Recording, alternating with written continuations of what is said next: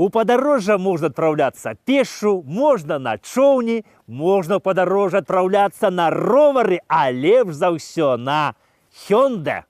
І цяпер у падарожжы мы будзем адпраўляцца з маёнтка Падароск. Маёнтак Падароск месціцца ў аднайменным мястэчку непадалёк ад Ваўкавыска на старажытным шляху на Бярэсце. Першая згадка пра гэты маёнтак знаходзіцца ў метрыцы Вялікага княства Літоўска за 1507 годам. Доўгі час сядзіба была ў занядбанні, але зараз тут вядзецца будаўніцтва музея беларускай шляхты і неабходнай для прыняцця турыстаў інфраструктуры. Ну што, паехалі? А па дарозе слухаем сваё.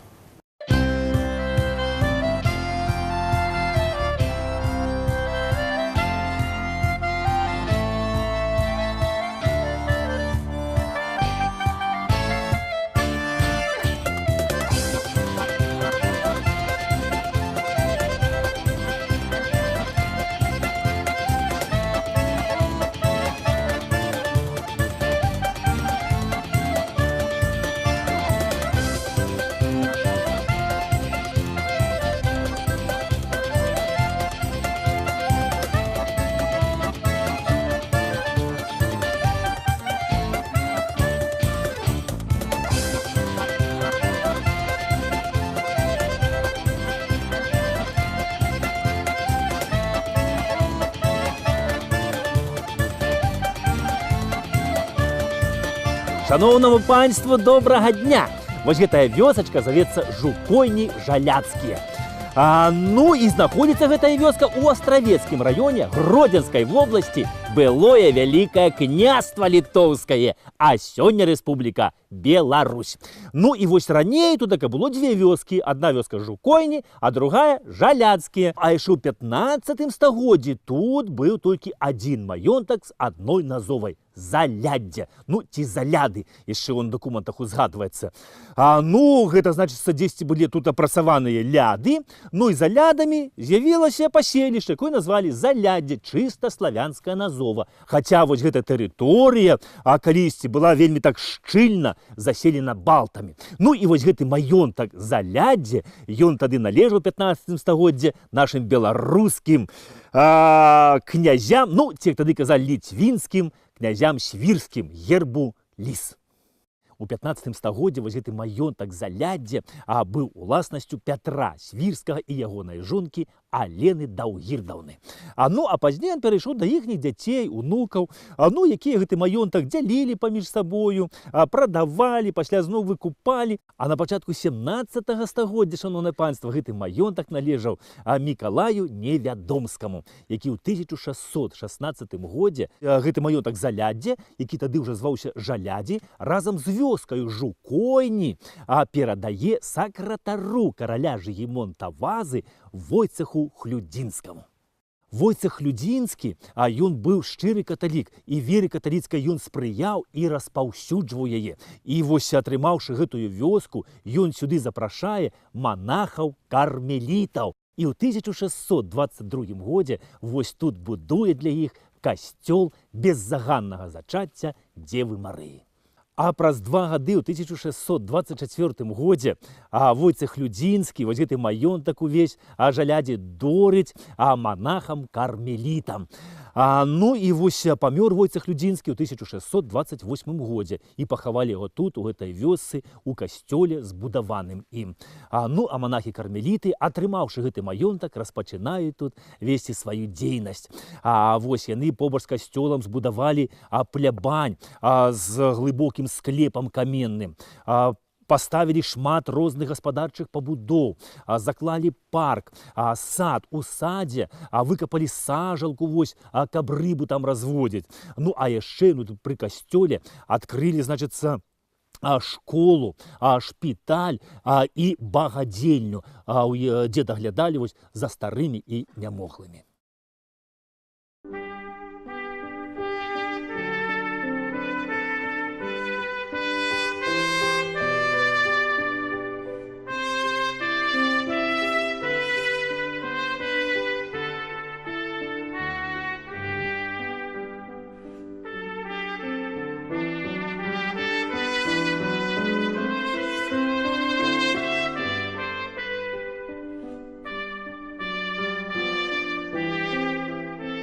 Тут была асобная жаляцкая парафія. Прыход павялічыўся ў 1820 годзе, а монахі-кармеліты будуюць тут новы драўляны касцёл, больш прасторны на 3 алтары.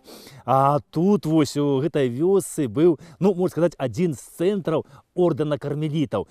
Ну і кармеліты тут вырашаюць будаваць мураваны вялікі касцёл.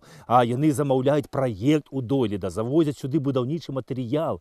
Але якраз у 1830-31 годах успыхвае ў нас нацыянальна-вызваленчае шляхецкае паўстанне. Ну і пасля паразы паўстання монахаў-кармелітаў вінавацяць у падтрымцы паўстанцаў, і ў 1842 годзе кляштар кармелітаў тут закрываюць, а ўсіх служак божых адсюль выганяюць, і ўсе іхнія пабудовы, ўсё, што яны рабілі, уся зямля манастырская, якую падараваў кармелітам Войцэх Людзінскі, пераходзіць у расійскую казну.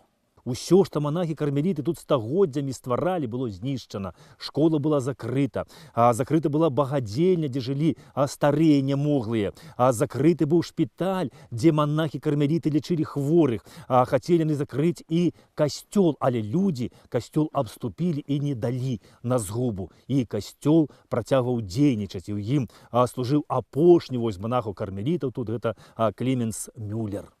А ў 1863 годзе наш край ускалыхнула новае нацыянальна-вызваленчае паўстанне пад кіраўніцтвам Кастуся Каліноўскага. І вось 7 лютага сюды прыехалі царскія служкі і арыштавалі вось монаха-кармеліта Клеменса Мюллера і завезлі ў Астрог. А праз тыдзень, 15 лютага 1863 года, сюды вось у гэтую вёску конна і пешшу увайшоў атрад паўстанцаў. Ну і вось пачалі біць у касцёльны звон. Сабраўся ўвесь народ. Перад народам камандзір атрада зачытаў паўстанскі маніфест і сказаў: хлопцы, хто дабрадзейны, той з намі. І тут у гэтай вёсцы папоўніліся паўстанцкія шэрагі патрыётамі бацькаўшчыны. І людзі тут мясцовыя сабралі грошы паўстанцам і блаславілі на вялікую справу, на бітву за свабоду і справядлівасць. А назаўтра, 16 лютага, сюды ўвайшоў узвод пяхоты Неўскага палка і паўэскадрона расійскіх казакаў. І за падтрымку паўстанцаў тут гэту вёску абрабавалі і спалілі. Ну а касцёл быў пасля паразы паўстання ўжо перабудаваны пад праваслаўную царкву. А тым, хто пераходзіў тут у праваслаўную веру, прапаноўвалі надзел зямлі манастырскай, ну і нават пасаду. Ну а такія людзі, самі ведаеце, яны і сёння ёсць, яны былі і калісьці. Ну і тут такіх людзей вось называлі перакрутамі. У 1908 годзе, кажуць, бацюшка забыў пасля абедні патушыць кадзіла, і царква згарэла, той храм стары згарэў, перабудаваны касцёл.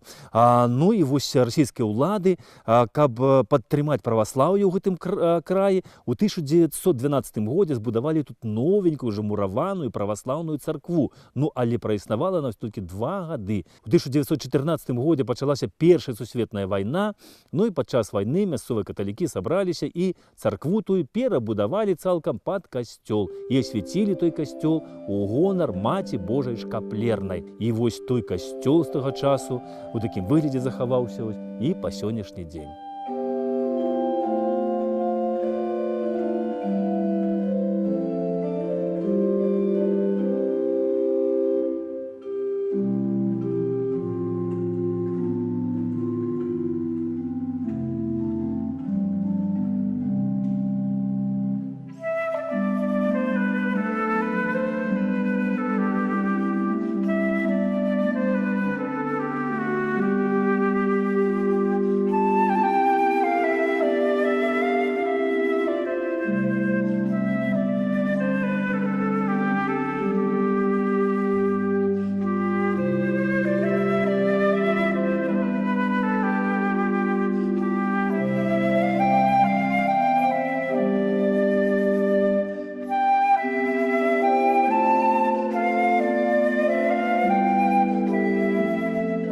Калі ў 1939 годзе пачалася другая сусветная вайна і сюды ўвайшлі бальшавікі, у вёску, то яны ксяндза арыштавалі Каэтана Сафрановича і выслалі ў Сібір. Ну, але вось падчас той вайны ў 1941 годзе пры немцах ужо сюды зноў прыехаў ксёндз і пачаліся службы. І ксёндз Андрей Булька тут быў. І ён разам з парафіянамі ў касцёле маліліся Богу, каб хутчэй скончылася та вайна, каб перастала ліцца кроў людская. Ну, але пасля вайны саветы забаранілі быць ксяндзу тут пры касцёле. І касцёл застаўся без ксяндза. І людзі самі адкрывалі касцёл, прыходзілі сюды і маліліся. І саветы аднойчы захацелі з касцёла зрабіць склад, але людзі прыйшлі да касцёла, сталі на ганакі, пачалі маліцца Богу і нікога не пусцілі ў храм. І так захавалі яны касцёл. І ў 1990 годзе тут ізноў аднавіліся набажэнствы.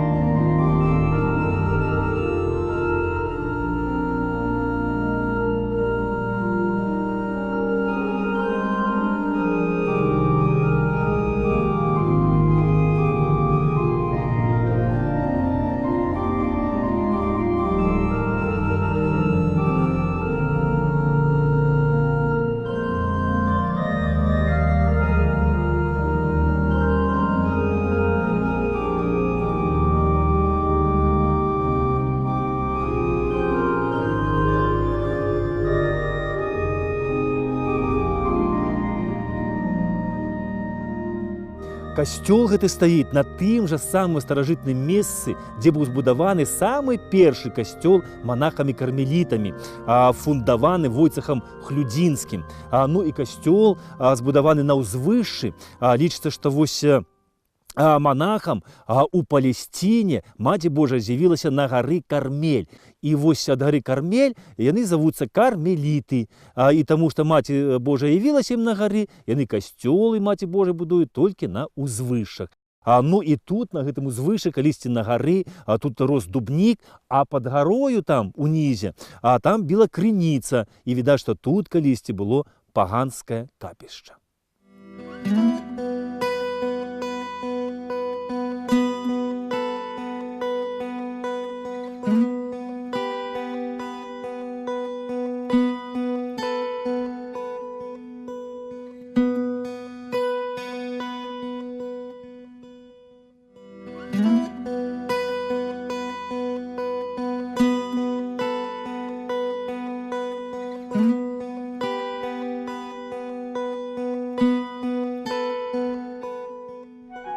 Пад канец 19 стагоддзя Жукойні былі цэнтрам воласці, і тут было валасное праўленне, школа, хлебазапасны магазин, карчомка. Гэта было такое невялічкае мястэчка, дзе пражывала ў 1897 годзе 224 жыхары.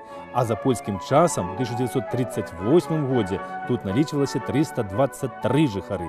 І тут быў цэнтр Жукойнінскай гміны. Быў будынак гміны, пастарунак, крамы, школа, бібліятэка, касцёл і святліца. Ну, гэта нешта накшталт клуба.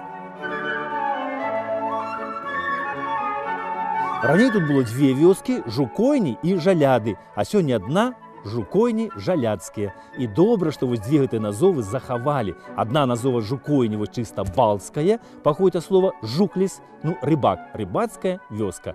А Жаляды – славянская назова, як казала слова ляды. Ну, у нас же вся Беларусь у таких балта-славянскіх назовах. Ну, наши суседзі-літоўцы нас так і называюць балта-русы. Ну, вы ж ведаеце, што па-літоўску балт – гэта белы. Так што, калі казаць беларусы і балта-русы, то сэнс не мяняецца. На тэрыторыі сённяшняй Беларусі здаўна жылі і балты, і славяне. Балта-русы. Ну што, шановнае панства, поспехаў, усё самае найлепшае і да новых сустрэч. Да пабачэння!